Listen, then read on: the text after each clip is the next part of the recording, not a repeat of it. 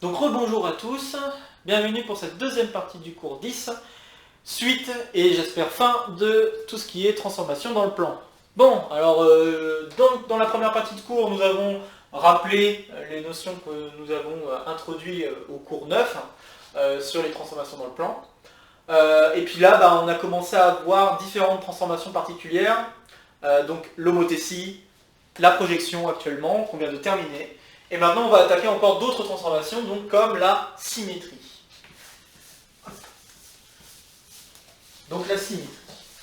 Alors symétrie, exactement comme vous avez en tête, on aimerait bien faire des symétries de droite par rapport à notre droite. Exactement comme pour une projection. Donc on va faire comme on l'a fait pour la projection, on va prendre un exemple de symétrie, et puis voir ce qui se passe, ce qu'on peut dire, etc. Ok. Alors je vais prendre l'exemple suivant, je vais prendre la transformation t de xy égale moins x et y moins 2x, je crois. Ouais. Donc, je vais prendre cette transformation-là.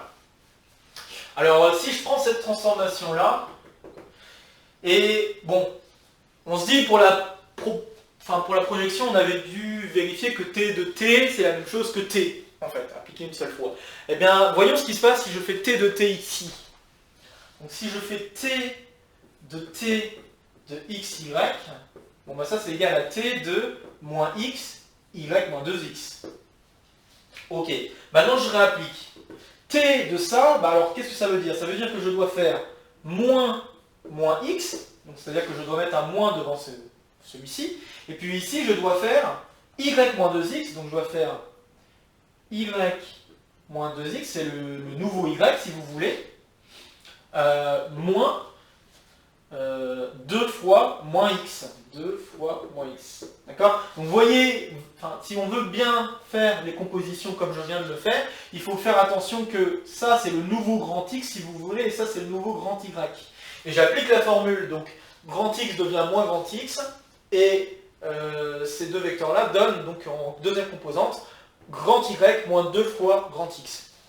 Et donc si vous remarquez bien, les choses se simplifient super bien, et ça va me donner, étonnamment, xy.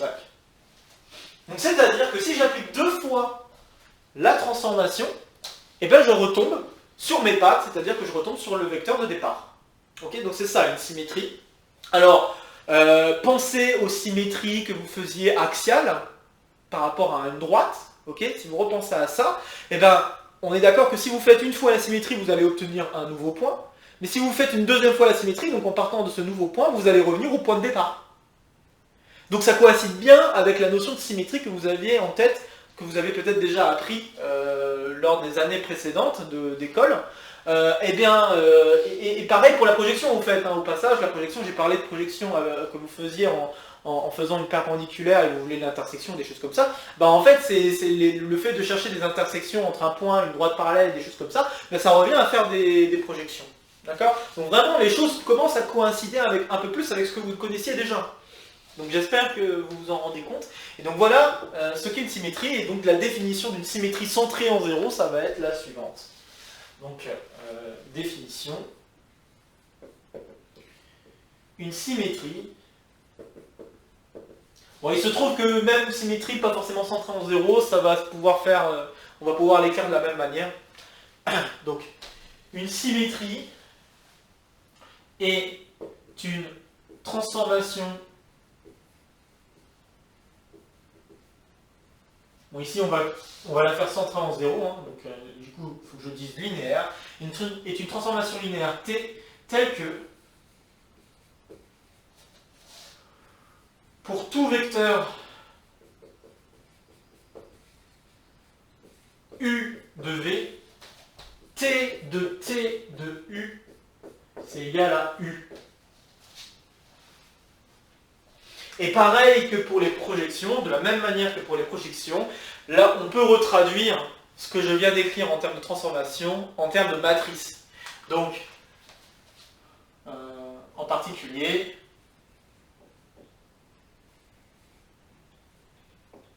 cela signifie que m fois m au carré est égal à l'identité. Et donc on remarquera que toute symétrie est donc inversible et que son inverse est elle-même. Remarque.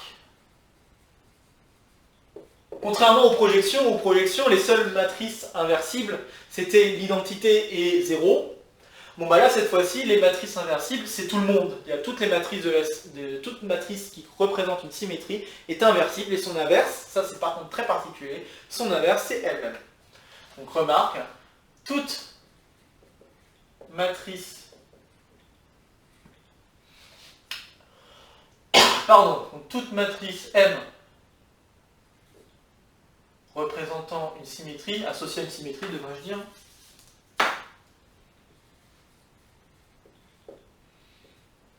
a une symétrie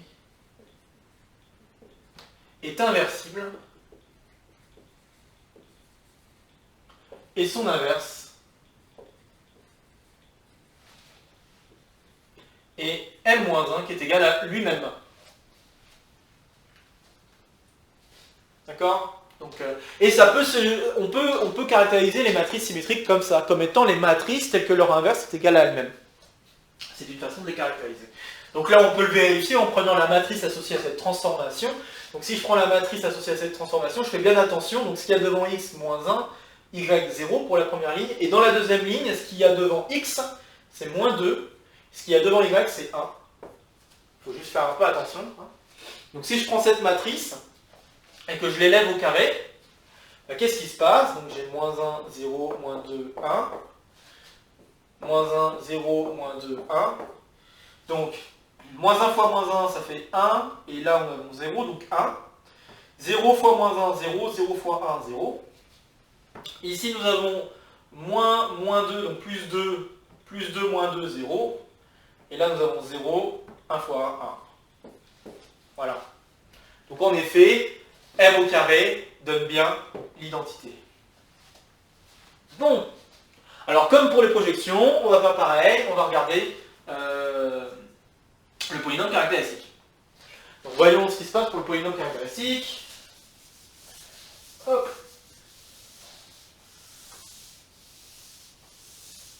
Ah oui, j'ai oublié de le dire, mais remarquons que l'identité et moins identité sont des symétries.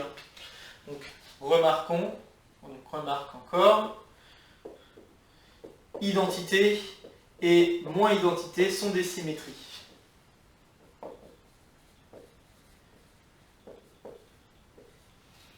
D'accord? Donc c'est des symétries particulières. L'identité, elle fait rien, et moins identité, c'est celle qui renverse tout. En fait, moins identité, ça va représenter une symétrie centrale. D'accord? Donc on va le voir dans quelques instants si vous voulez, mais ça représentera une symétrie centrale en 0, 0. D'accord? Donc, pour l'instant, je vais juste parler de l'étude générale sans regarder ces cas particuliers. Le cas d'identité, c'est pas la peine de le regarder. Le cas de moins identité, je vais le développer juste après avoir fait l'étude générale. Donc, je vais regarder le polynôme caractéristique de notre matrice là. Donc, qui de x, c'est encore une fois le déterminant donc de x moins 1, donc x plus 1, 0. Ici, nous avons 2 et x moins 1. Nous allons obtenir x plus 1 fois x moins 1. Bon, je vous le donne en 1000. Toute matrice représentant une symétrie, donc toute transformation, toute symétrie en fait, va avoir un polynôme caractéristique, donc dans le plan, va avoir un polynôme caractéristique de cette forme. Donc toute symétrie centrée en 0 va avoir ce genre de choses. Donc, propriété. Donc autre que l'identité et moins identité, bien sûr. Donc toute symétrie T différent de I plus ou moins identité, je vais le faire comme ça. Donc toute symétrie plus ou moins admet un polynôme caractéristique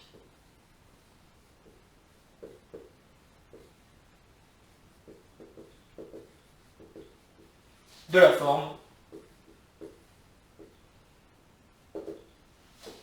qui de x égale x plus 1 fois x moins 1. Toujours. Et donc, comme vous l'aurez deviné, les valeurs propres, ce seront toujours les mêmes. Nous aurons 1 et moins 1. D'accord? Vous pouvez Si vous ne le voyez pas, vous pouvez encore une fois développer, calculer le discriminant et voir qu'en effet les racines, il y en a bien deux et que les deux sont 1 et moins 1. D'accord? On peut faire ça si on veut, mais... D'accord? Je vais tout de suite le dire là, toujours dans la proposition. Et donc toute symétrie admet deux valeurs propres. Et donc admet exactement deux valeurs propres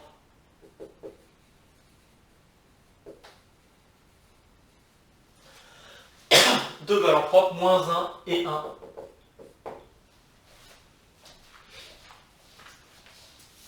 Bon, allons plus loin et regardons ce qui se passe pour ces deux valeurs propres et ces droites. Très bien.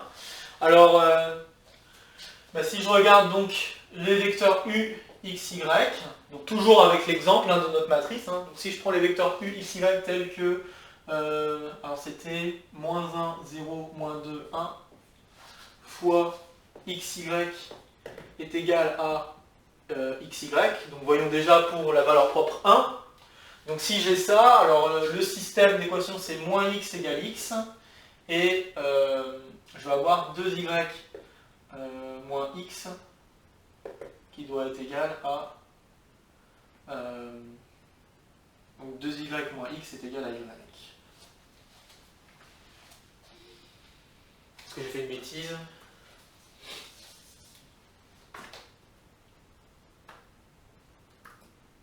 Non, c'était y moins 2x, pardon. Je vous disais aussi. Donc y moins 2x. Ok. Donc, si je regarde maintenant ce truc-là, je me rends compte que les x valent 0. Donc, x égale 0. Très bien. Et puis, j'ai y égale y. Donc, ça veut dire que donc, si x égale 0, j'ai y égale y. Et ça veut dire que j'ai pas de condition sur y. Donc, la droite invariante associée à la valeur propre 1, c'est cette droite. D1, x égale 0, droite invariante.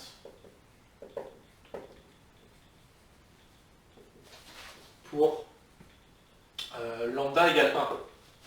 Maintenant, si je regarde lambda égale moins 1, j'ai v, x, y. Donc pareil, je fais moins 1, 0, moins 2, 1 fois x, y. Mais cette fois-ci, je veux la valeur propre moins 1. Donc c'est moins le vecteur x, y que je veux cette fois-ci. Et donc si j'écris, qu'est-ce que j'obtiens? J'obtiens que moins x égale moins x. Bon, ça ne me donne pas de condition. Et puis la deuxième condition, c'est que y moins 2x est égal à moins y.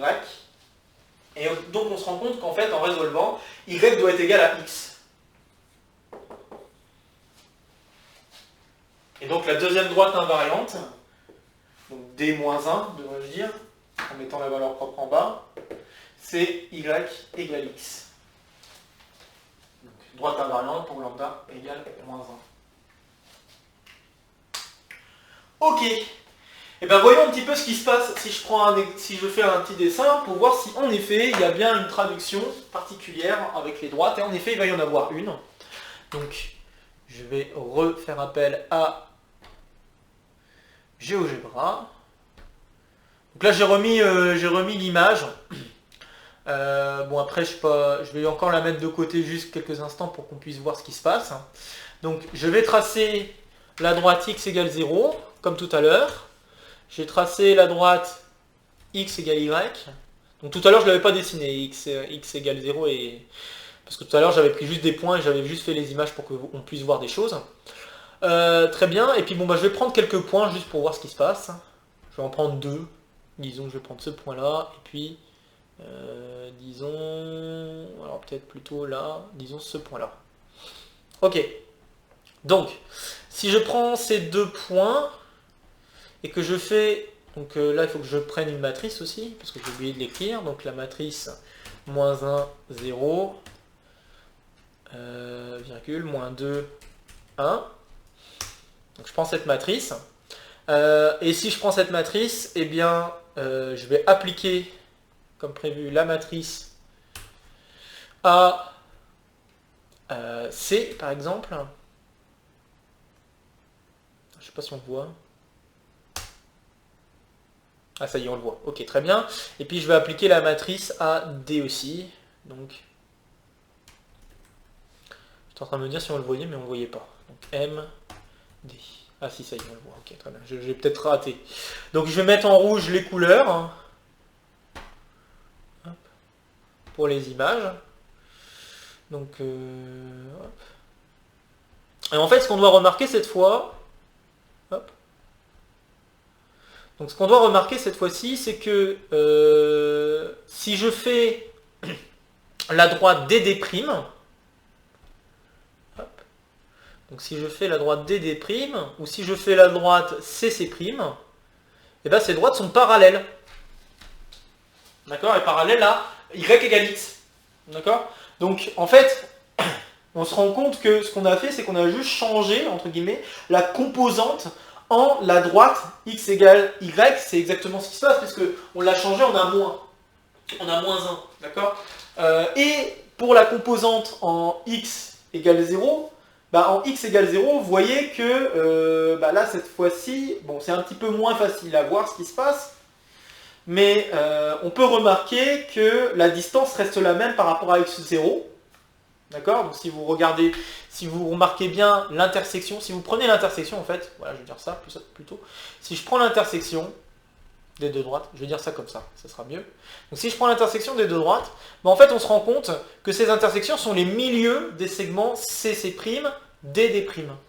Chacun des points sont des milieux. D'accord? Donc en fait, ben on retrouve exactement la notion de symétrie que nous avions vu, que vous connaissiez à l'école, hein, que vous aviez vu quelques années auparavant. Et en fait, bah, ça va bien être l'interprétation que vous aviez peut-être devinée. Donc l'interprétation que nous allons pouvoir faire de cette symétrie, c'est qu'en fait, on est en train de faire une symétrie par rapport à une droite, parallèlement à une autre. Donc là, notamment, on est en train de faire une symétrie par rapport à la droite x égale 0, parallèlement à la droite y égale x. Donc je vais écrire ça au tableau. Si vous n'avez pas deviné, je vous le dis maintenant. Donc si on prend une symétrie différente de plus ou moins une entité, toujours, donc on a toujours nos valeurs propres 1 et moins 1. Donc pareil, on va noter D1 pour la valeur propre 1. Donc D1, droite invariante, pour lambda égale 1, D-1, celle pour lambda égale moins 1. Ok? Et donc, ce qu'on va pouvoir dire, c'est qu'on est en train de faire une symétrie. Donc, T s'interprète comme une symétrie par rapport à D1 parallèlement à D-1. Alors je ne vais pas le refaire, la transformation, l'explication que je pouvais...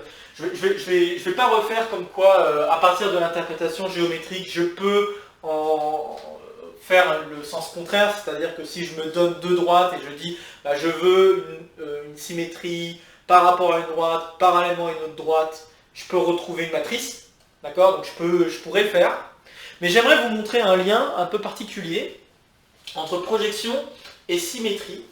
En effet, il y a un lien entre ces deux objets, puisque comme vous pouvez le remarquer, bon là j'ai fait un peu exprès, on a retrouvé notre droite y égale x là, et notre x égale 0. Alors pour la projection précédente, je sais pas si je l'ai écrit quelque part, mais pour la projection précédente, nous étions en train de faire une projection d'un point sur une droite, donc la droite c'était la droite x égale y, parallèlement à x égale 0. Ah, donc c'est pas tout à fait la même. Ok, c'est pas très grave. C'est pas tout à fait la même. Bon, d'accord. Donc ce que je suis en train de réfléchir, à ce que je peux faire. Donc, comme je l'ai expliqué là il y a quelques instants, si on regardait le milieu du point et de son image, bah, ce milieu, ça correspondrait à une projection. Bon, bah, si on se base là-dessus, je vais le faire comme ça. Parce que là, je ne veux pas avoir la même projection Dommage, j'ai un peu mal fait maintenant, mais on va peut-être pas avoir la même projection que ce que j'avais donné tout à l'heure, c'est-à-dire une projection qui était parallèlement à x égale 0 sur la droite y égale x. Là, ça va plutôt être une projection, donc c'est plutôt là dans ce que j'ai fait, ça va plutôt être une projection, je vais pouvoir l'associer à une projection sur la droite x égale y, je crois, ouais, parallèlement à l'autre. Donc, ce que je peux faire, c'est regarder, donc comme je vais peut-être juste refaire le dessin que nous avons vu là il y a quelques instants. Donc ici, disons qu'on a D, on a D', et ce que j'expliquais, c'est que le milieu ici, ça correspondrait à la projection parallèlement à la droite, y égale x, et sur la droite, x égale 0. Ok. Bon, on va le mettre en avant que ça correspond bien à ça. Alors je vais pas faire tous les calculs, je vais juste mettre en avant déjà que si on fait une certaine opération, on a une projection. Donc si je pars de ma symétrie que j'ai là, et que je fais la moyenne, d'accord, parce que pour pouvoir avoir le milieu, on peut faire la moyenne des deux coordonnées. Donc ce que je vais faire, c'est la chose suivante, je vais faire l'identité plus exactement ce qu'on peut penser, donc plus moins x, 2y, moins x. Si je n'ai pas fait de bêtises. Je pense que je n'ai pas fait de bêtises. Donc j'ai ça, donc ça va faire... Ce que je suis en train de réfléchir si je n'ai pas fait de bêtises.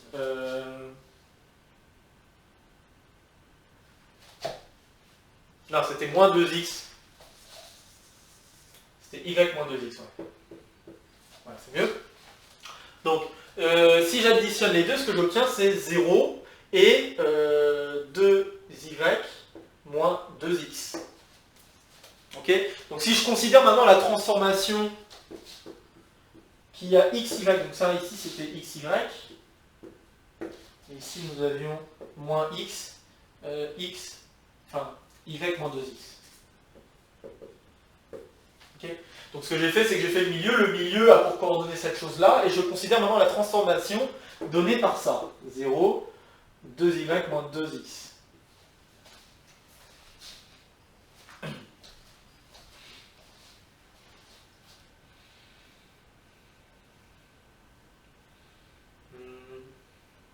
Ça me plaît un peu moyen ce 2 là qui traîne. Il me plaît un peu moyen ce 2. Ah, c'est parce que j'ai pas fait diviser par 2. Voilà. C'est parce qu'il faut que je fasse diviser par 2. Hop. Donc je fais diviser par 2. Donc si je divise par 2, j'ai ça. Voilà. C'est ça que j'ai oublié de faire. Donc si je divise par 2, j'ai ça. Et en fait, ce truc-là, c'est une projection, puisque si je fais t de xy, bah ça c'est t de 0, y moins x. Et ça c'est encore une fois 0, y moins x. Hein. D'accord, c'est grand y moins grand x. Et bon, bah, voilà. Ok. Donc t c'est une projection. Et en fait ça va être une projection qui va être sur la droite x égale 0, parallèlement à la droite y égale x. Donc voilà la proposition que je vais énoncer maintenant, qui fait le lien entre une symétrie et une projection. De toute façon, on s'y attend qu'il y ait un lien entre les deux, hein, je pense. Donc, propriété, si S, enfin si, ouais, je sais pas, disons, si T, ouais, je vais pas mettre T, je sais pas, je vais mettre S. Donc si S est une symétrie, toujours centrée en 0,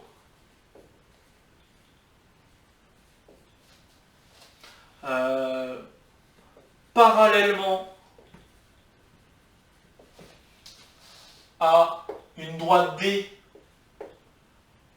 enfin, par rapport à D parallèlement à delta, donc par rapport à D parallèlement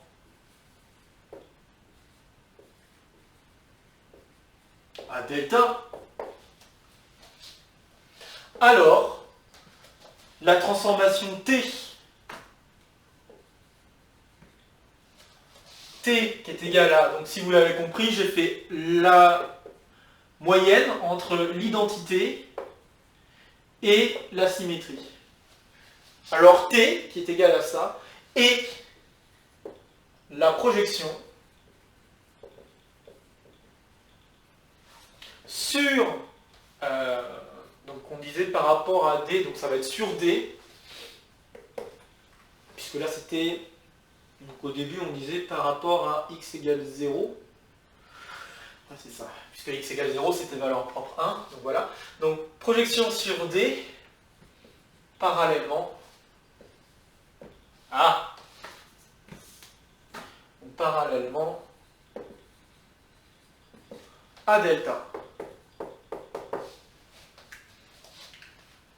Et ce sera toujours vrai. Et donc on peut trouver une projection par rapport à une symétrie ou une symétrie par rapport à une projection. Là, on peut faire aussi le sens inverse. Hein. Donc si, toujours dans la proposition, c'est un deuxième point, si T est une projection sur D parallèlement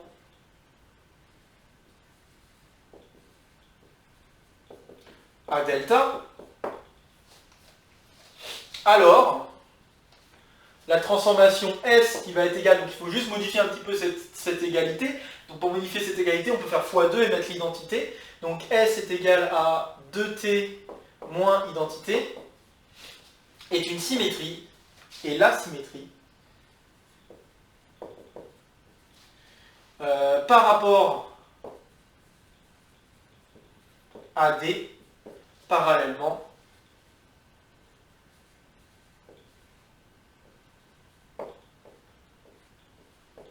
à delta. Alors, en espérant que je n'ai pas fait de bêtises, je suis juste en train de réfléchir.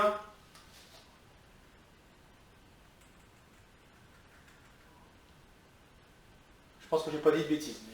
Parce qu'il se peut que j'ai changé des delta, mais je pense que j'ai pas fait de bêtises. Donc un exercice qui est possible hein, pour vous, là, c'est que de reprendre la projection qu'on avait obtenue lors de la première partie de cours. Alors je sais plus, mais c'était un truc avec des septièmes.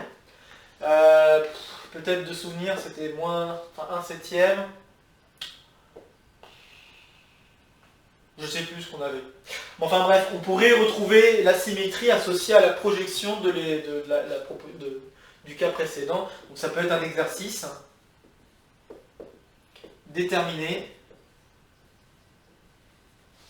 la symétrie. Alors je sais plus, c'était quoi? C'était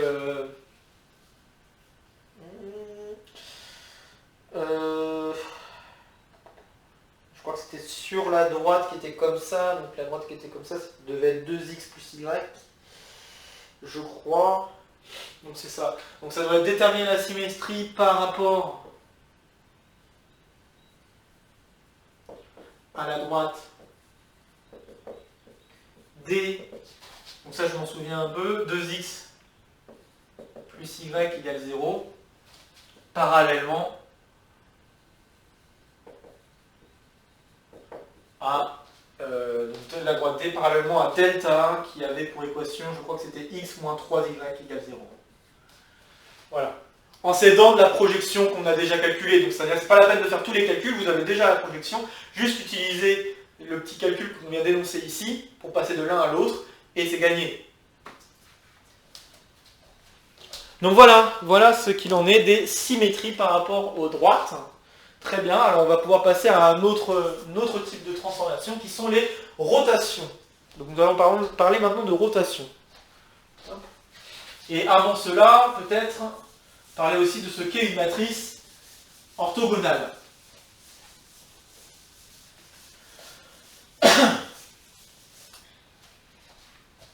Hop.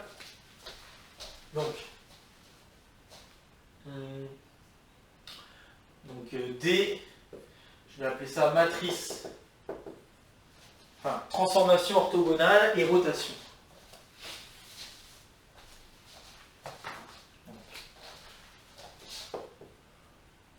Transformation orthogonale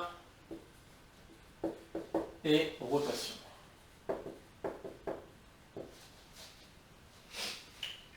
Ok. Alors pour les transformations orthogonales, qu'est-ce que c'est? Bah en fait, je vais te donner un exemple, comme à chaque fois. Hop. Je vais directement passer à la matrice, d'accord? Pour regarder les choses. Donc si je prends la matrice suivante, alors disons... faut pas faire de bêtises aussi. Je vais faire un exemple comme ça. Donc 1 sur racine de 2, 1 sur racine de 2, moins 1 sur racine de 2, 1 sur racine de 2. Je prends cette matrice. Ok. Bon. Alors cette matrice, donc associée à une transformation, elle est pas tout à fait comme les précédentes, d'accord? Parce que cette fois-ci, si je fais m fois m, je ne vais pas forcément avoir quelque chose de bien sympa. D'accord? Là, ici, il se trouve que je vais avoir quand même des choses sympas, mais ça va être un tout petit peu moins sympa. Par contre, la chose intéressante qu'on peut remarquer, c'est que les vecteurs qui sont ici, là, sont orthogonaux l'un par rapport à l'autre. Donc les vecteurs colonnes, là, les deux colonnes que je vois, si je fais le produit scalaire des deux, j'obtiens 0. Ok? Donc ça, c'est déjà quelque chose d'intéressant. Un autre truc intéressant, ça va être la chose suivante. Si je prends x, y et alpha, bêta, deux vecteurs. Deux vecteurs. Et puis si je fais le produit scalaire de ces deux vecteurs, donc je sais pas, je vais l'appeler u et v. Donc si je fais le produit scalaire de uv, ce que j'obtiens, c'est exactement x fois alpha plus y fois bêta. Donc rappel du produit scalaire sur les coordonnées, c'est comme ça qu'on calcule le produit scalaire sur les coordonnées. Très bien. Bon, et maintenant si je regardais leur image.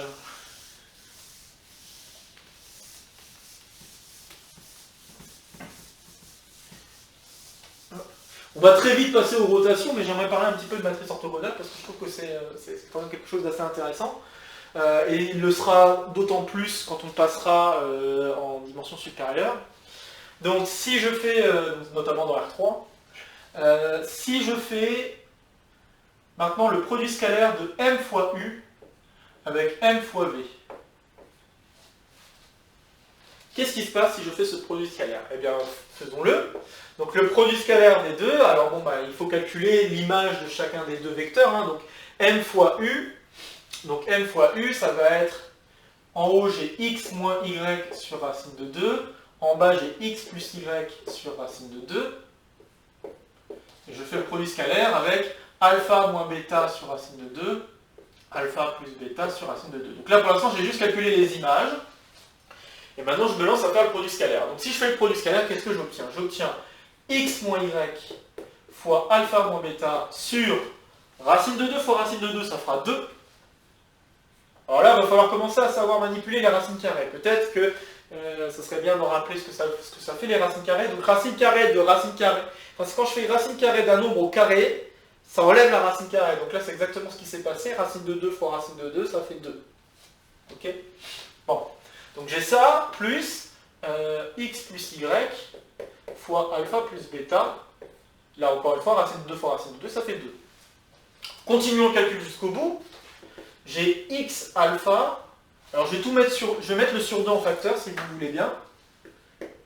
Et puis je vais développer les parenthèses. Donc j'ai x alpha moins, devrais-je dire, moins x bêta, moins y alpha, plus y bêta. Donc là je viens de développer la première parenthèse. La deuxième parenthèse, j'ai x alpha plus x bêta plus y alpha plus, j'ai dit, et plus y bêta. Et ce qu'on peut remarquer, c'est qu'il y a des termes qui se simplifient. Il y a des termes qui se rassemblent. X alpha avec x alpha, ça fait 2x alpha. Y bêta avec y bêta, ça fait 2y bêta. Et donc le 2 va se simplifier avec 1,5, ça va me donner x alpha plus y bêta. C'est-à-dire que ça me redonne le produit scalaire u v.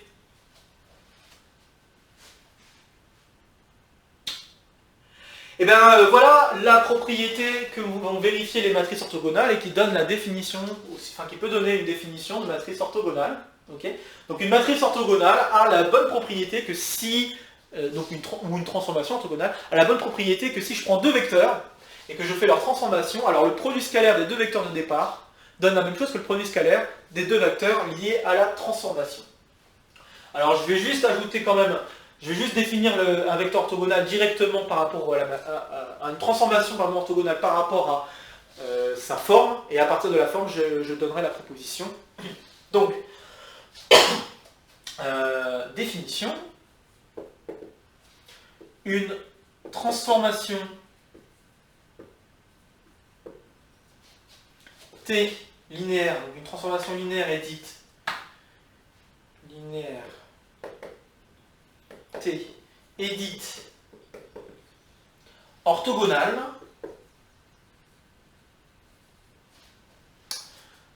si la matrice M associée à T s'écrit. Deux points.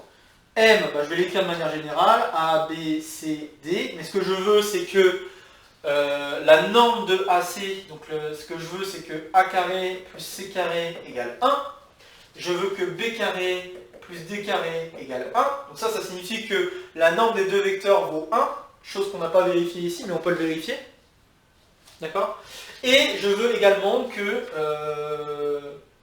le produit scalaire, donc A fois B plus C fois D, soit égal à 0. Donc voilà ce qu'est une matrice orthogonale. Ok? Donc bon voilà, ça vérifie quand même pas mal de petites propriétés. Mais avec ces propriétés, on a pas mal de petites choses qui vont s'en ressortir. C'est vrai que je ne l'ai pas vérifié, mais je peux le vérifier très vite que la matrice que nous avions, là l'exemple que nous avions, donc j'aurais peut-être pas dû l'effacer, mais je vais la réécrire. Donc la matrice que nous avions, 1, racine de 2, moins 1, racine de 2, 1 sur racine de 2 et 1 sur racine de 2, est orthogonale. D'accord? La matrice ou la transformation, encore une fois, il y a un abus de langage, c'est la même chose. Donc la matrice ici est orthogonale. Alors remarquons, donc là, je vais tout de suite mettre la proposition dont je viens de parler ici, proposition, ou propriété. Donc soit T une transformation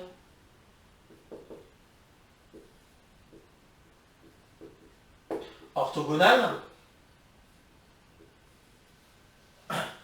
Donc soit T une transformation orthogonale. Une transformation orthogonale, ce qu'il y a comme particularité, c'est que, comme je viens de le dire, alors, pour tout U et V vecteurs du plan, nous avons U scalaire V qui est égal à T de U scalaire T de V. D'accord? C'est une propriété qui se généralise vraiment. Là, on a fait un exemple, mais à savoir que de manière générale, ça se passe exactement pareil. Très bien. Alors, donc, le fait de vérifier cette propriété, c'est quand même quelque chose d'intéressant. Ça signifie que la transformation ne change rien aux angles. Et on va tout de suite appliquer cette transformation sur GeoGebra. Hein. Je vais juste écrire ce que je viens de dire. Remarque, cela implique que la transformation ne modifie pas les angles. Remarque, cela implique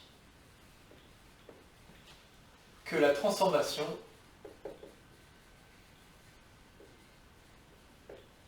ne modifie pas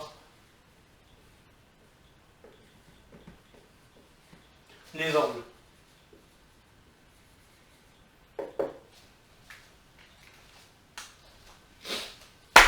Bon, hop, reste là. Donc on va repasser sur GeoGebra. Hop. Voilà. Et puis bon, je vais effacer un peu tout ce ramdam.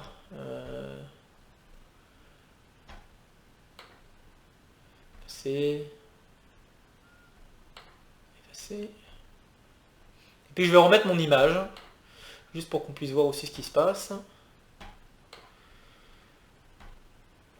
Ouais. Alors je vais mettre mon image et puis ensuite je vais mettre un angle. Donc je vais mettre mon image là où elle était, voilà. Je vais changer ma matrice, donc la matrice que je veux voir c'est 1 sur... Alors racine carrée on écrit SQRT, square root, ok. Donc moins 1 sur racine carrée 2, 1 sur racine carrée 2, et 1 sur racine carrée de 2. Voilà, je viens de rentrer ma matrice. Maintenant, je vais appliquer ma matrice sur l'image, tant qu'à faire, pour l'instant. Et voilà. Donc voilà ce qui se passe sur mon image. Alors ce que vous pouvez remarquer, alors c'est peut-être moins facile à voir, c'est donc l'image a juste tourné, a priori d'un certain angle. Mais ce que vous pouvez remarquer, c'est que l'image est restée rectangulaire. D'accord? C'est ce que je vous avais fait déjà remarquer sur un autre exemple. Sur un autre exemple, on avait vu que l'image aussi était restée rectangulaire. Ok? Bon, il se trouve que ce n'est pas une propriété que va vérifier toutes les matrices orthogonales. En effet, si je veux m'intéresser vraiment aux matrices qui vérifient la propriété que je viens d'énoncer sur les produits scalaires, bah, il faudrait un petit peu plus, c'est-à-dire que faudrait être moins restrictif. C'est-à-dire que ce qu'il faudrait, c'est que mes vecteurs là, de ma matrice soient juste orthogonales, l'un par rapport à l'autre. Si je vérifie ça, ça suffira pour que cette chose soit vérifiée. Si je dis pas de bêtises, peut-être qu'il y a aussi autre chose. Il y a aussi autre chose, c'est qu'il faut que les deux vecteurs soient de même norme. Donc voilà, c'est-à-dire que quand j'ai écrit a carré plus b carré égale 1 et que... non, a carré plus c carré égale 1 et que b carré plus d carré égale 1, à la place de 1, je mets autre chose. Et ça va me donner des matrices qui vérifient encore cette propriété-là, avec un nombre devant. Ouais, il va y avoir un nombre devant. Mais au niveau des angles, ça va garder les angles. D'accord? Donc bon, voilà. Mais à savoir que les matrices que nous regardons ici seront des matrices qui vont garder ces angles.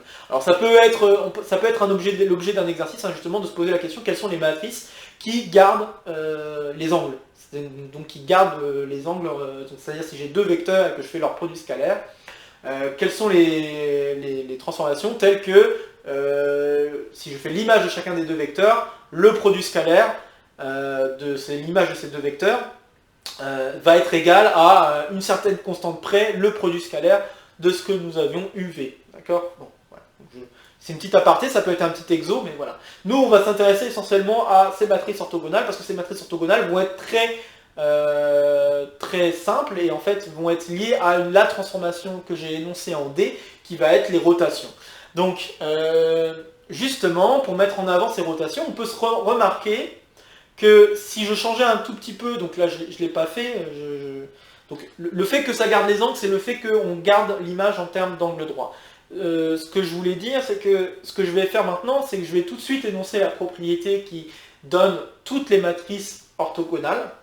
Et en fait, cette propriété va faire appel un peu à la trigonométrie, parce que étonnamment, en fait, on peut faire le lien entre le fait que j'ai dit que a carré plus b carré et a carré plus c carré égale 1, le fait que b carré plus d carré égale 1 et le fait que les produits scalaires valent 0, on peut faire le lien avec des cosinus d'angle et des sinus d'angle.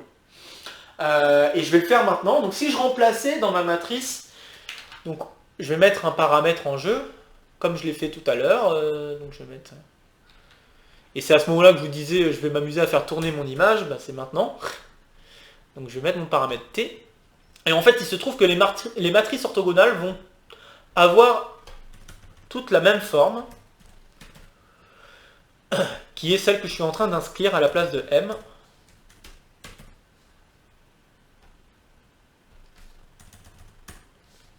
Alors, c'est moins sinus.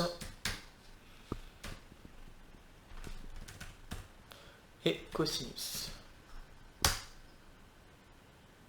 Ah, pourquoi t'es pas content? Normalement, tu dois être content. Commande sin inconnu. Ah oui, d'accord, c'est parce que j'ai mis sin t, j'ai compris. Ok. Non, je veux pas de curseur, tu m'embêtes toi. Alors.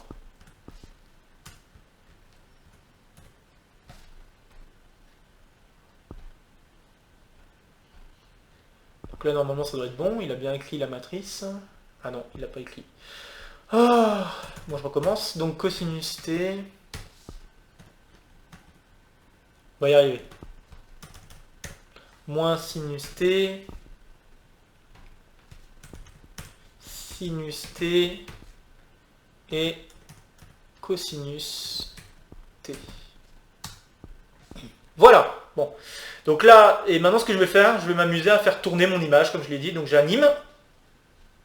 Oups. Donc j'anime. Et voilà. D'accord. Donc vous voyez que donc la forme de la matrice dépend cosinus, sinus d'un angle t en fait. Et vous remarquez que suivant la valeur de t, bah, vous voyez en fait l'image tourner tout simplement. Donc vous avez l'image qui tourne. D'accord. Suivant l'angle t en fait, tout va se jouer par rapport à cet angle t. Et donc notamment notre transformation que nous avons vue que nous sommes en train de voir là, et ben cette transformation c'est une rotation d'un certain angle donné. Et cet angle, on peut le trouver, parce que 1 sur racine de 2 ou moins 1 sur racine de 2, ça doit vous parler. Et en effet, il faut faire appel aux cours qui ont précédé, le cours 2, 3, donc il faut remonter un peu loin. Mais si on remonte à ce cours 2-3 où on parlait de trigonométrie et on parlait un petit peu des angles particuliers, et bien ça, racine de 2, un cosinus de t qui vaut racine de 2 et un sinus de t qui vaut aussi racine de 2, ça voulait dire que t valait pi sur 4, enfin en termes de radians, mais en termes de degrés, ça signifiait que nous avions un angle de 45 degrés. Donc on était en train de faire une rotation d'angle 45 degrés. Grâce à l'animation que vous pouvez voir, en effet, on voit que l'image ne change pas de dimension. Hein. Elle ne fait que tourner. D'accord. Donc en fait, les matrices orthogonales seront juste des matrices qui mettent en avant une certaine rotation. Voilà, tout simplement. Ok. Bon, on va stopper ça. Puis revenir à l'écran. Voilà, impeccable. Donc ça m'amène à la propriété suivante, en effet. Toute matrice orthogonale peut s'écrire sous la forme donc cosinus de t moins sinus de t pour la première ligne, sinus de t, cosinus de t. Pour t, 1 réel. Ok, donc voilà, vraiment, ces matrices-là, et donc en fait, c'est lié à des rotations. Donc ces matrices orthogonales sont des matrices de rotation. Donc ces matrices orthogonales sont des matrices de rotation. Alors vous me diriez, oui, mais de quel angle et dans quel sens? Et la réponse va être assez rapide. De quel angle? De quel angle? L'angle c'est noté T, donc d'angle T. Et puis pour le sens de la rotation, en fait il suffit de faire le calcul. Alors c'est quelque chose que on n'a pas encore vu, mais dont à un moment donné il faudrait que j'en parle. Je vous avais parlé du fait qu'on faisait une rotation dans un certain sens direct ou un sens indirect. Pour s'en rendre compte, en fait, il suffirait de calculer le déterminant et de regarder le signe de ce déterminant. Si le déterminant est positif, on fait une rotation dans le sens direct. Si le déterminant est négatif, on fait une rotation dans le sens indirect. Donc là, il se trouve que ça va être une rotation d'angle T dans le sens indirect, c'est-à-dire dans le sens anti-horaire. Ok. Donc je vais peut-être en parler, il faudrait que j'en parle à un moment ou à un autre, peut-être que c'est le moment, hein, donc peut-être que je devrais en parler maintenant.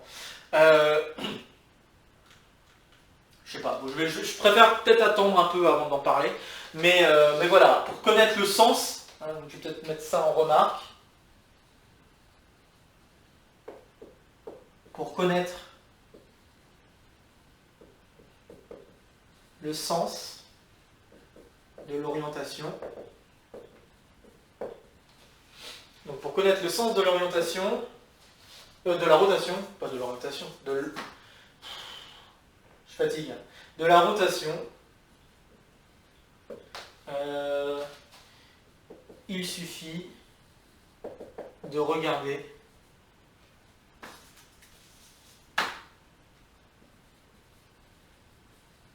le signe de son déterminant, du déterminant. Et là, il se trouve que le déterminant de cette matrice, ça sera égal à 1, et toujours égal à 1. Donc je vais l'écrire. Et donc il est positif. Donc déterminant de cos t moins sin t cos t, ben ça son déterminant c'est égal à cos carré cos de t carré plus sin de t carré. Et ça on l'a vu dans le cours 2 ou cours 3 que ce truc là ça vaut toujours 1. Donc voilà, et ça c'est positif, donc ça signifie que la rotation est dans le sens anti-horaire. Bon, très bien. Bon, alors on pourrait se poser la question, mais quel était l'angle de notre rotation tout à l'heure? Ben, l'angle de notre rotation tout à l'heure, c'était, donc, vous aviez 1, donc reprenons l'exemple, 1 sur racine de 2, 1 sur racine de 2, moins 1 sur racine de 2, et 1 sur racine de 2. Ben, en fait, ça va être une rotation d'angle. Alors, c'est d'angle T, j'ai oublié de préciser, centré en 0. D'accord? Encore une fois, mais bon. Je préfère il y a des moments où il faut que je le dise, des moments où il ne faut pas que je le dise, mais bon, les rotations, quand même, je pense que c'est mieux que je le dise. Donc, d'angle 45 degrés, dans le sens anti-horaire, centré en 0. Donc voilà ce que fait cette matrice, d'accord, plus précisément. Alors, une rotation d'angle, bah, en général, il n'y a pas de droite invariante, d'accord. Donc, il y a quand même des rotations particulières, dont on va parler maintenant quand même, mais à savoir qu'en général, les matrices de rotation n'ont pas de droite invariante. Je pense que cela va de soi. Mais il y a quand même deux matrices particulières, comme à chaque fois il y a des matrices particulières. Donc là ici les deux matrices particulières, c'est... donc remarque. Alors il y a quand même deux remarques que j'aimerais faire avant de donner la propriété. Donc la première remarque c'est l'identité et moins identité sont des rotations. Des matrices de rotation.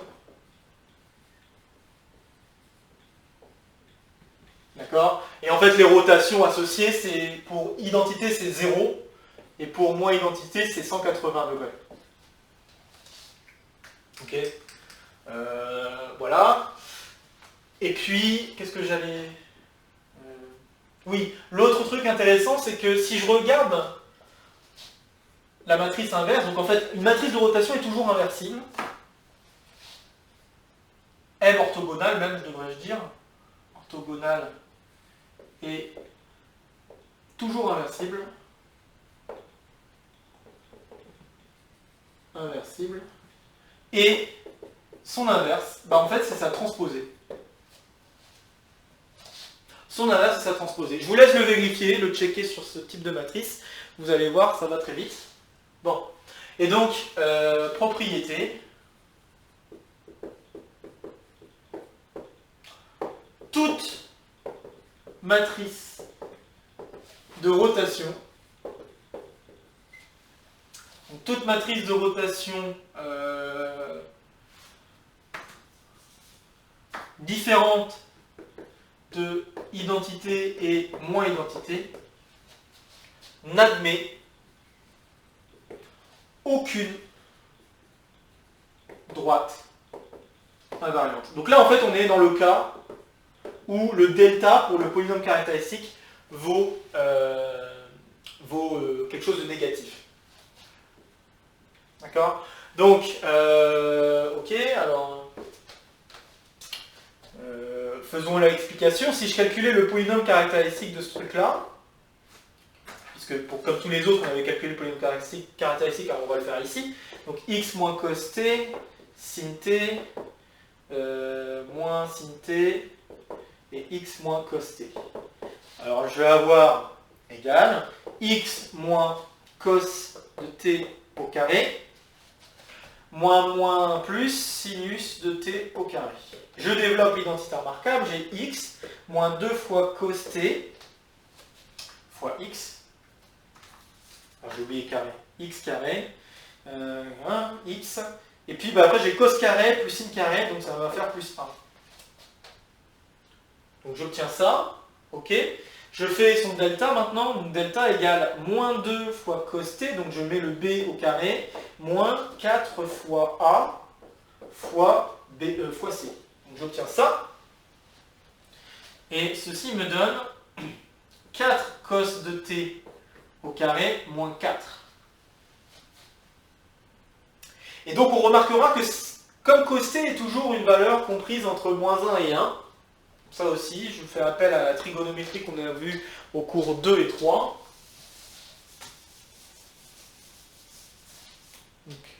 Or, cos t est toujours compris entre moins 1 et 1.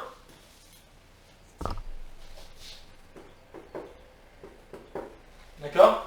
Donc ceci signifie que delta va être toujours plus petit ou égal à 0. Et delta est égal à 0 si et seulement si le cosinus de t égale 1 ou égale moins 1. D'accord? Parce que ça veut dire que cos carré doit être égal à 1, ou doit être, enfin, que cos carré doit être égal à 1, donc ça veut dire que le cosinus vaut 1 ou moins 1. Le cas où cosinus de t vaut 1, c'est le cas où cosinus de t égale 1, c'est le cas où en fait notre matrice de départ c'est l'identité. Et le cas où cosinus de t vaut moins 1, c'est le cas où n est égal à moins identité. D'accord? Donc le cas où cos égale 1, ça veut dire que l'angle vaut 0 degré. Et le cas où cosinus vaut moins 1, quand vous faites cos moins 1, ça veut dire que l'angle vaut 180 degrés. Donc voilà. Et donc ceci conclut la preuve, puisque dans les autres cas, c'est inférieur strict à 0, et donc dans les autres cas, on n'a pas de droite invariante. Dans les autres cas, delta inférieur strict à 0, pas de droite invariante.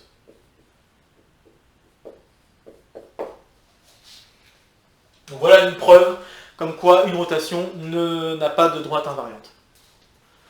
Ok, alors je vois que j'arrive à peu près 1 heure de deuxième vidéo.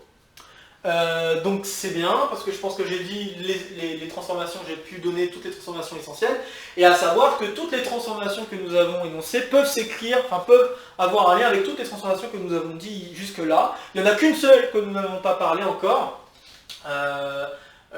Je pense qu'on peut en parler un tout petit peu. Je vais faire appel au point E. Mais bon, je ne vais pas m'étendre beaucoup là-dessus. J'aimerais aussi vous dire comment ça se passe si je veux passer d'une transformation linéaire à une transformation affine, donc une transformation de manière générale. Okay, donc, hop. Donc, on va parler quand même de cette dernière transformation, la transformation au cas où delta égale 0, mais que nous n'avions qu'une seule droite invariante.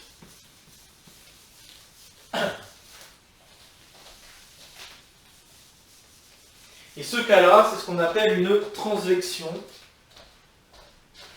Donc, E, transvection.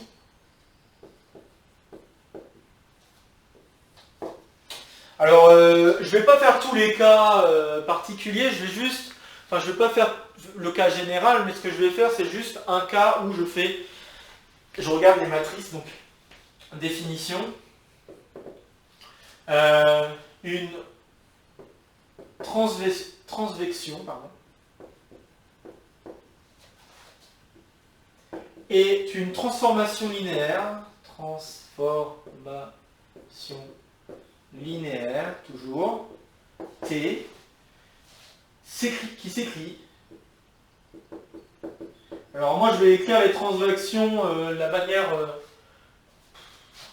la plus simple qui soit. Donc pour moi la transvection c'est T de x, y, ça s'écrit x plus lambda y, enfin alpha y devrais-je dire. C'est pas les seuls, hein, enfin c'est pas les seuls, mais c'est très représentatif de ce qui se passe. Donc je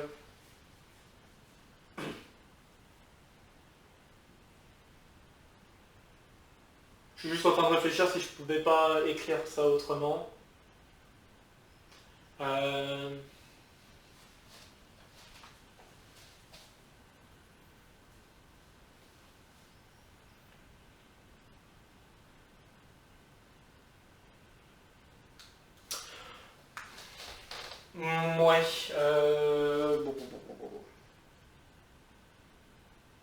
Je sais pas, je suis pas convaincu, je suis pas totalement convaincu de ce que je vais dire là.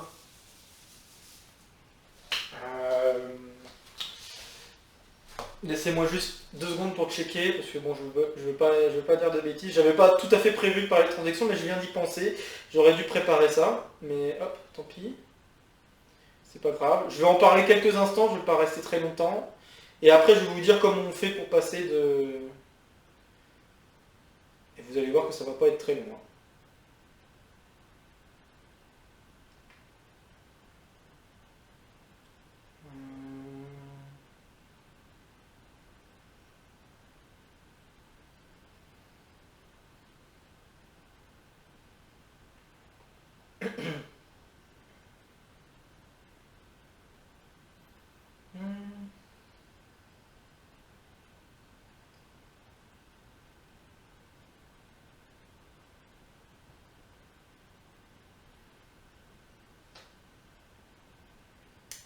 Oui, c'est ça. Donc oui, c'est bien ce que j'avais écrit. C'est bien ce que j'avais écrit au départ. Je voulais juste être sûr que si c'était pas un cas.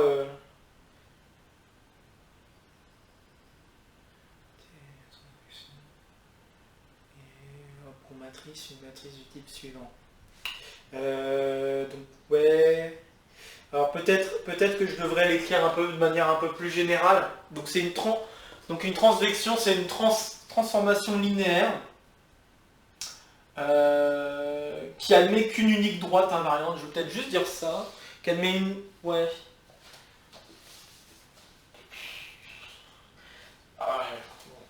Donc disons ça, une transvection est une transformation linéaire T qui admet une unique droite invariante pour donc une unique droite invariante D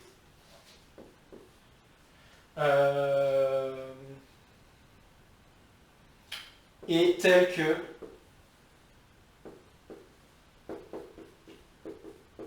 en fait un vecteur directeur de ça fait lui-même. Voilà.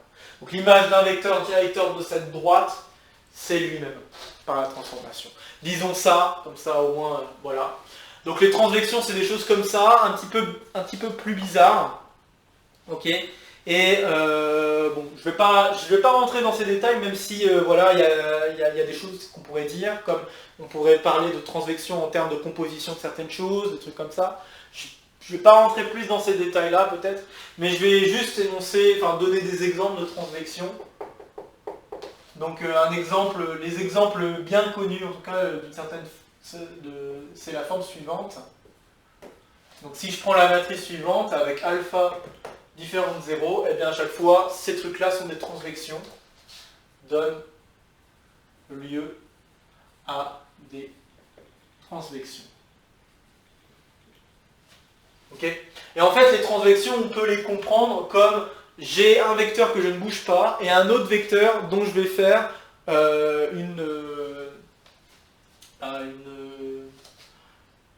si je dis pas de bêtises, donc il y a un vecteur qui ne bouge pas et l'autre dont je vais faire juste une translation. En général, c'est ça qu'on pourrait comprendre. Mais bon, je vais pas... Bon, comme je ne l'ai pas suffisamment préparé, je ne vais peut-être pas en parler davantage. Mais à savoir que ça existe. D'accord ? Bon. Passons directement à la troisième partie. Transformation généralisée. Donc, transformation généralisée, c'est ce qu'on appellera les transformations affines.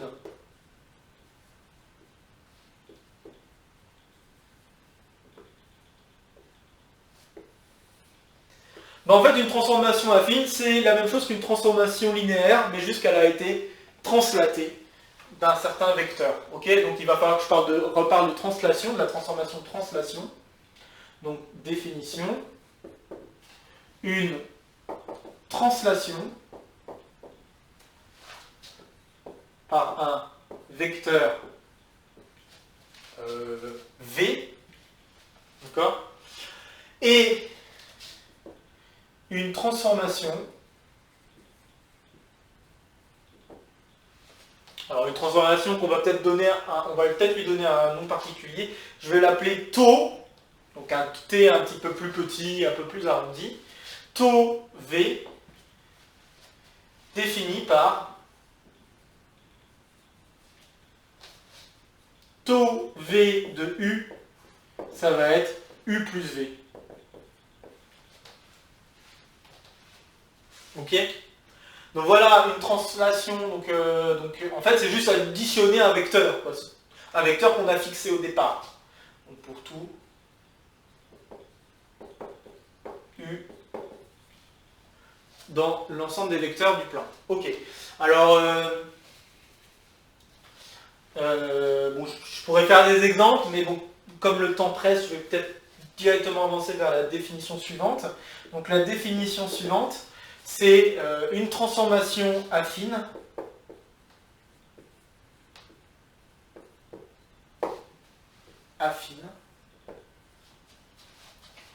et la composée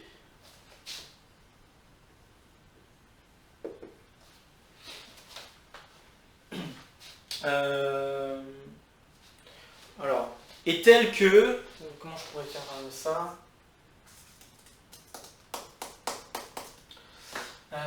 donc est telle que, je vais y arriver.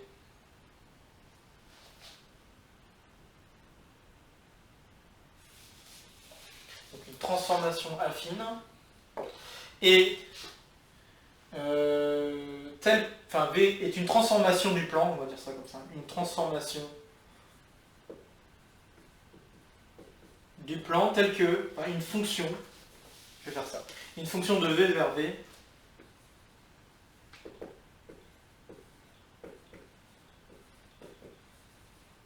telle que, eh bien, si je fais en fait A de V, A d'un vecteur U plutôt, A d'un vecteur U, c'est la même chose qu'une transformation linéaire qu'on a appliquée à un vecteur qu'on aurait translaté de moins V,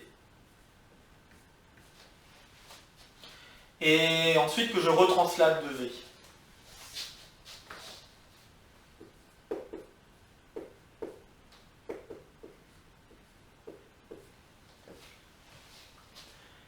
Ok, donc en fait, de manière générale, qu'est-ce que ça veut dire? Ça veut dire qu'une transformation affine, pour passer d'une transformation linéaire à une transformation affine, il faut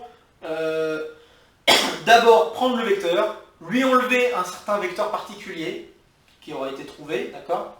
Donc, tel qu'il existe V appartenant à V, donc un vecteur V appartenant à son... Donc je lui enlève le vecteur V, je lui applique la transformation linéaire, puis ensuite je rajoute le vecteur V. Je vous donne un exemple,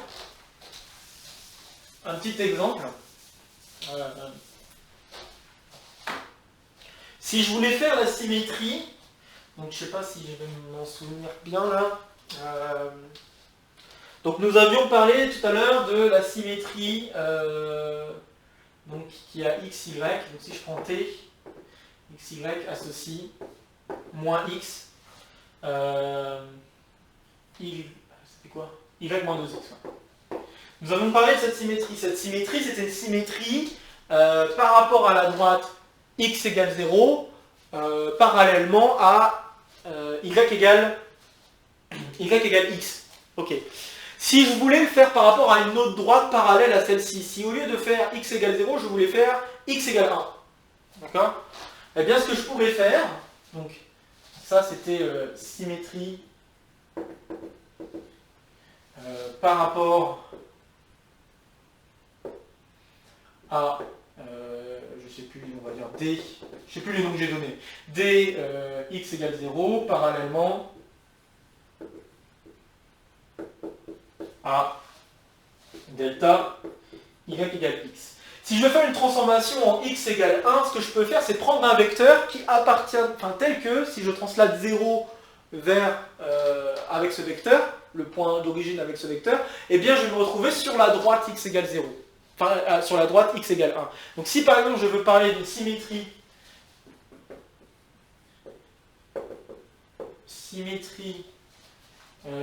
par rapport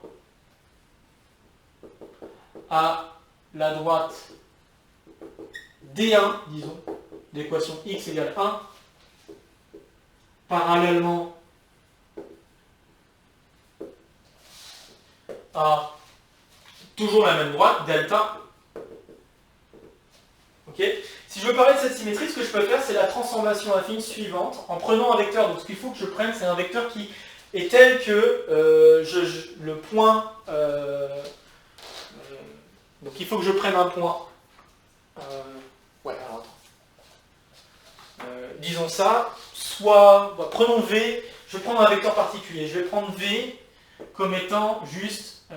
j'avance de 1 dans les x, donc je vais mettre 1, 0. Si je prends V, ce vecteur-là, on peut remarquer que V s'écrit comme le vecteur OA, OB, disons, avec B appartenant à la droite D1. D'accord? Donc il faut toujours vérifier ça, en fait, quand je prends un vecteur. Il faut toujours vérifier que si je l'applique à l'origine, je me retrouve avec un point qui appartient à la droite par laquelle je veux faire la symétrie. Donc je vais faire ça. Et puis, ce que je vais considérer, c'est la transformation suivante. Je vais faire A d'un vecteur U, ça va être égal à... Donc je translate par rapport au vecteur V, j'applique la transformation, puis ensuite je retranslate par moins V. Enfin, dans l'autre sens, je translate par moins V de U.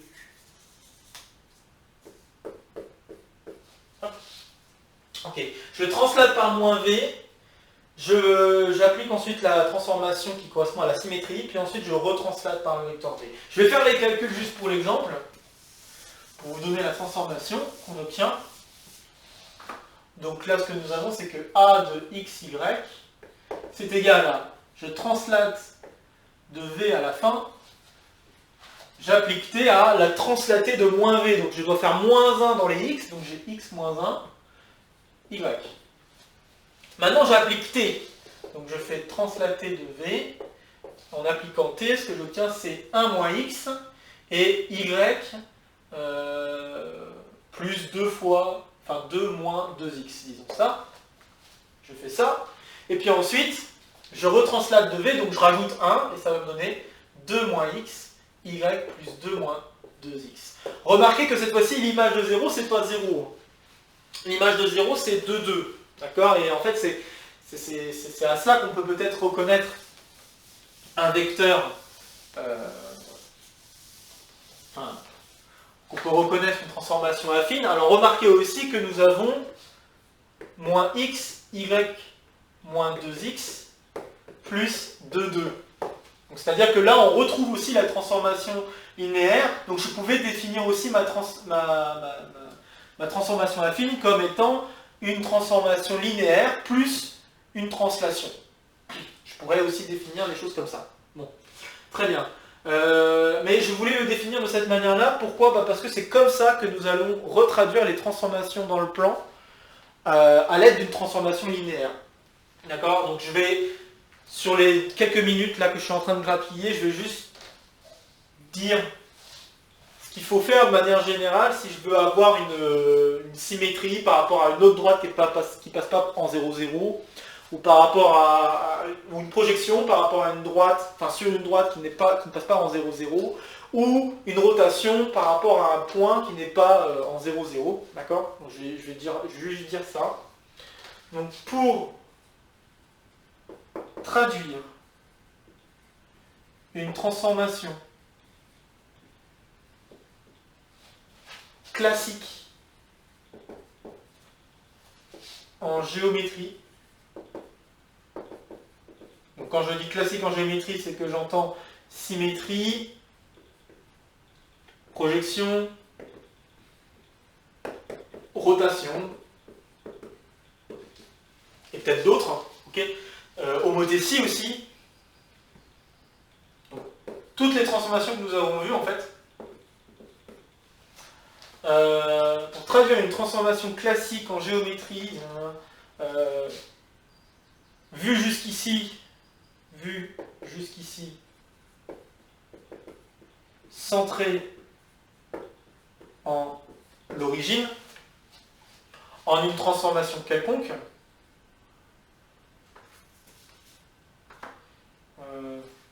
Donc vue jusqu'ici, ouais, on va transformer ça. On peut, je vais dire ça comme ça, on peut prendre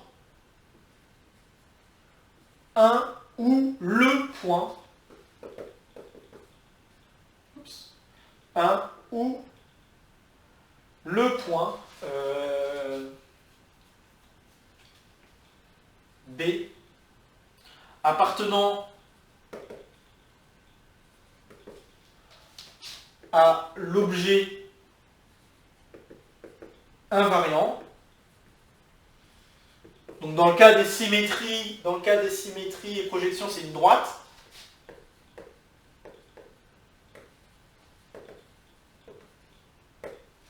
Donc des droites de la droite invariante. Alors la droite invariante de valeur propre lambda. Alors je devrais le préciser, l'objet invariant pour lambda égale 1. Donc symétrie, projection, c'est la droite. C'est la droite D1. Et puis pour les rotations et homothétie, ça va être juste le point en fait.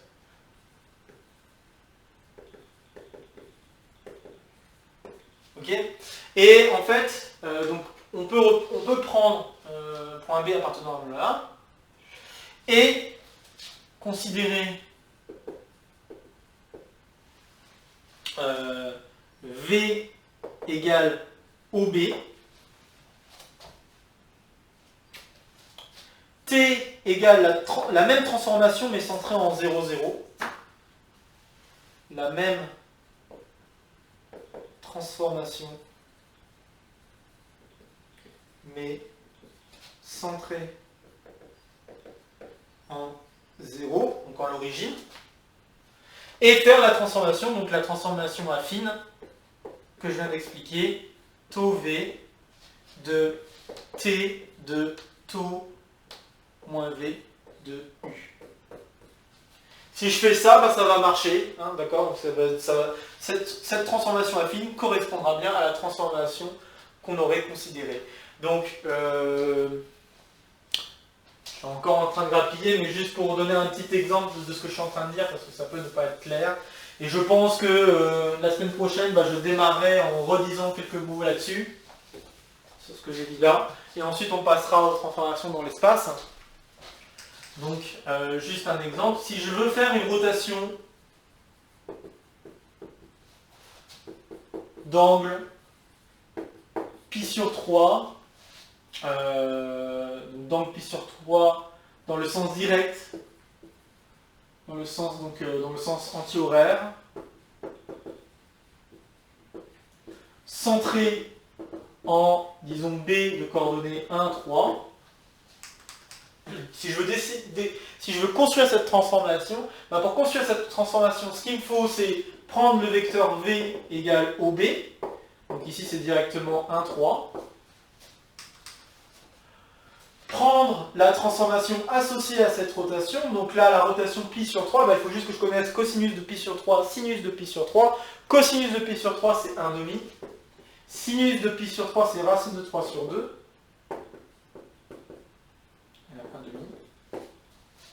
Donc voilà, ça c'est ma transformation.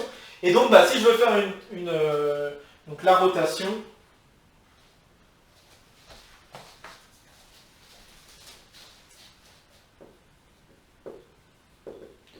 peut se traduire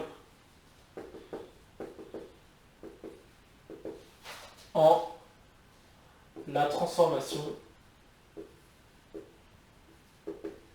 affine suivantes. Donc exactement A, donc je réécris encore une fois la formule parce qu'il faut l'avoir bien compris, taux V, T, taux moins V de U. Ok, donc c'est-à-dire vous prenez votre vecteur, donc si vous voulez je peux prendre un vecteur, donc disons je prends juste pour peut-être faire le calcul jusqu'au bout. Disons par exemple je veux faire la rotation d'un point, donc disons je veux faire la rotation du point A de coordonnées 2, 2. Très bien. Donc je vais prendre U, le vecteur 2, 2. Et puis bah, je vais faire les transformations. Donc si je fais taux 2, 2, c'est pas comme ça d'ailleurs, vecteur, excusez-moi.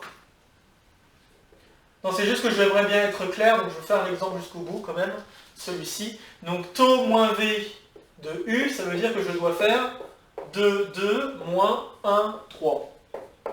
Donc ce que j'obtiens, c'est 1, moins 1. Très bien. Maintenant que j'ai fait ça, je dois faire T de ce vecteur, 1, moins 1. Donc si je fais ce vecteur, j'obtiens quoi? J'obtiens 1 moins racine de 3, d'ailleurs plus d'ailleurs, racine de 3 sur 2, et 1 moins racine de... raté, racine de 3 moins 1 sur 2. Donc j'obtiens ce nouveau vecteur, et ensuite à ce vecteur, je dois appliquer taux V.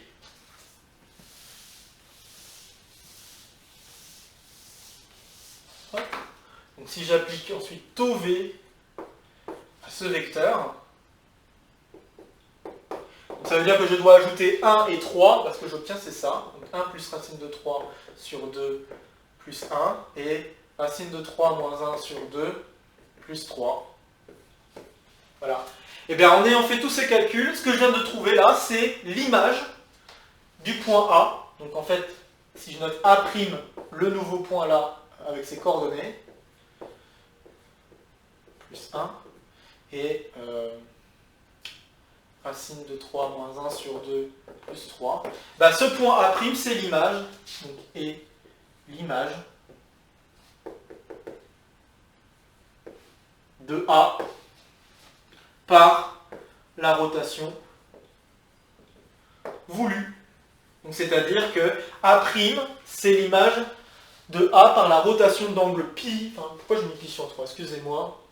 Il fallait que je mette l'angle en degrés. Donc pi sur 3, c'est 60 degrés. D'accord? Donc c'est l'image de A par une rotation d'angle 60 degrés dans le sens anti-horaire centré au point B. Ok? Et puis si je voulais faire une symétrie par rapport à une droite ou une projection par rapport à une droite, ce qu'il faut c'est juste prendre un point qui appartient à la droite. Donc si je prends, disons je vais faire 2x égale y plus 5 et je sais pas moi z, et je vais le faire parallèlement à la droite x plus y égale 2. Bon bah là parallèlement, en fait le parallèlement je peux mettre à 0, ça ne changera absolument rien. D'accord, puisque les droits sont parallèles. Par contre, c'est ici qu'il faut faire quelque chose. Il faut prendre un point B qui appartient là-dedans. Pour que ça appartienne là-dedans, il faudrait prendre par exemple B de coordonnées 3, 1. Donc là, ça vérifie bien cette équation. Et on recommence la même bagatelle. C'est-à-dire que je vais prendre le vecteur V comme étant ça. Ensuite, en ayant fait ça, le plus 5 va disparaître. Et je suis en train de faire la symétrie centrée en 0 par rapport à cette droite, parallèlement à cette droite, etc. Bon, j'y reviendrai, là je pense que je suis en train de manger un peu trop de temps, c'est pas grave. On va dire que c'est pas trop grave par rapport au cours, à la première partie où j'ai fait juste 1 heure. Bon là j'ai fait un peu plus, tant pis, désolé. Si vous avez des questions, quoi que ce soit, vraiment n'hésitez pas, d'accord? Je reviendrai un petit peu sur ces points au cours suivant, au cours 11. Surtout ce dernier truc où je suis allé peut-être un peu vite. Donc si vous avez des questions, quoi que ce soit, vraiment n'hésitez pas.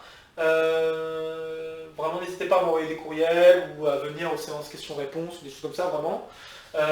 Donc pour le cours 11, on reparle de ça et on termine ces transformations dans le plan, puis on passe en transformation dans l'espace. Donc transformation dans le plan, pour moi, c'est pour ainsi dire terminé. Je mettrai les détails dans le PDF, mes détails que je rappellerai juste pour que tout le monde soit OK.